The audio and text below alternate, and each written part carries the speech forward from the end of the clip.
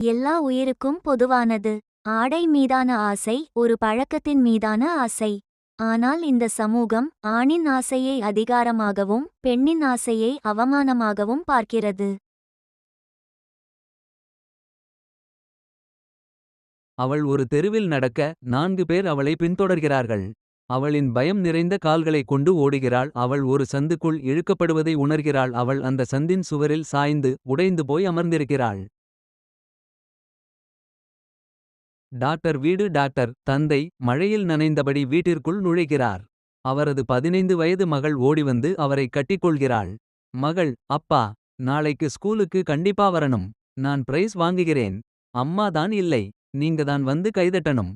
Doctor சிரித்துக்கொண்டே, கண்டிப்பா வரேன் செல்லம். மகள் மேடையில் பரிசு வாங்குகிறாள். கூட்டத்தில் அமர்ந்திருக்கும் டாக்டர் பெருமையுடன் கண்ணீரை துடைத்துக் கொண்டு கைதட்டுகிறார். என் உலகம் என் மகளைச் சுற்றியே சுழன்றது.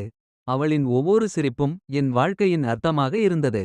மருத்துவமனை பகல். டாக்டர் பிஸியாக வேலை செய்து கொண்டிருக்கிறார். அவருக்கு ஸ்கூலிலிருந்து போன் வருகிறது. மறுமுனையில் ஆசிரியை, சார், உங்க பொண்ணு படிப்பில் கொஞ்சம் பிந்தங்கரா. அவளுக்கு மட்டும் ஒரு வாரம் ஸ்பெஷல் கிளாஸ் இருக்கு. வர லேட் ஆகும். வகுப்பறையில் டாக்டர் மகள் மட்டும் இருக்கிறாள். ஒரு வாத்தியார் டீச்சர் உள்ளே வருகிறார். இவரின் முகம் தெளிவாக தெரியவில்லை. வாத்தியார், எல்லாரும் போட்டாங்க. உனக்கு மட்டும் ஸ்பெஷல் கிளாஸ். அவர் மற்ற மாணவர்களை வெளியே அனுப்பிவிட்டு வகுப்பறையின் கதவை உள்பக்கமாக தாழிடுகிறார். டாக்டர் மகள் பயம் கலந்த முகத்தோடு நிற்கிறாள். டாக்டர் வீடு இரவு. மகள் ஒரு மூலையில் பயத்தில் உறைந்து போய் அமர்ந்திருக்கிறாள்.